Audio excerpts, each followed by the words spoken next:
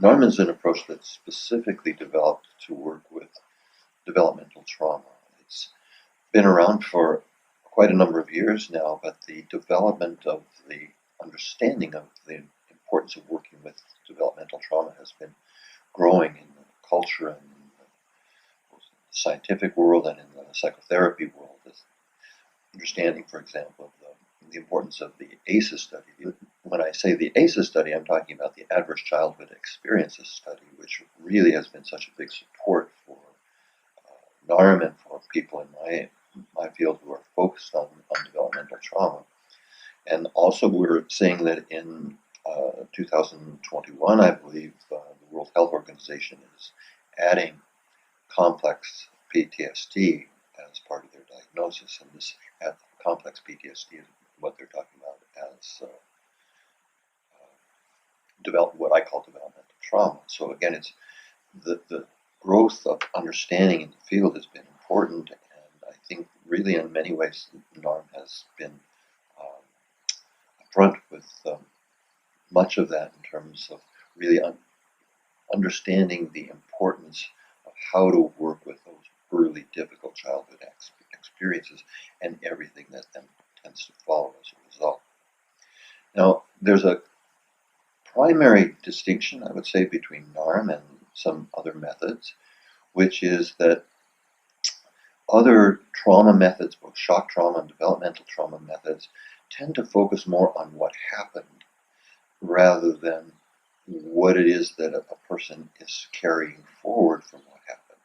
And it makes a big difference, particularly when we're dealing with developmental trauma, that where, of course, what happened to people is significant, and it's also important to understand that not everybody remembers what happened. But what we're dealing with in NARM is not the experience itself per se, but the persistence of the various kinds of distortions of identity, the various kinds of distorted object relations, that means relationships with self and others, that come out of these adverse early childhood experiences, and also the distortion in the sense of self, the distortion in the relationship with self. So we're focusing on all of that, and that's a much more here and now process. So we're not ignoring the past, we're not ignoring history, but we don't make the taking history and focusing on kind of what I sometimes call an archaeological expedition into the past. That's not what we do in NARM. Many people are surprised to see how in a normal course of the session that what is unresolved from the past, when we're working in the here and now, which is what we do with NARM, that what is unresolved from the past tends to surface organically, and then we help them come to some kind of completion with that process. Now, it's also important to say too that NARM is body-oriented, body-focused. It brings the body into the narrative, but in a way that's quite different from many of the other kinds of somatic psychotherapies that are out there.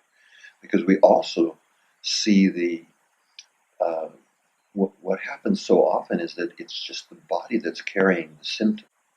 It's different from some other methods in that we see that working with the body is most effective actually when people are in the process of reorganization, integration, and reconnection.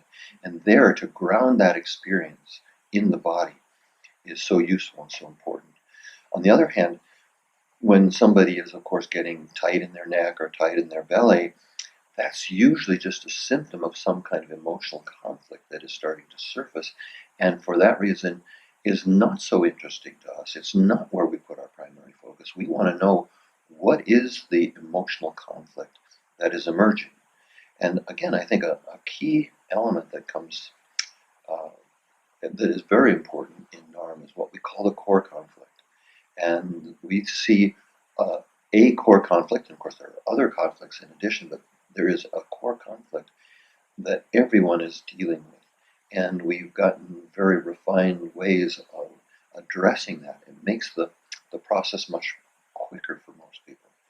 The other thing too is that there's much less emphasis on story in in NARM. We're working more with these old patterns, these old survival styles that people have developed.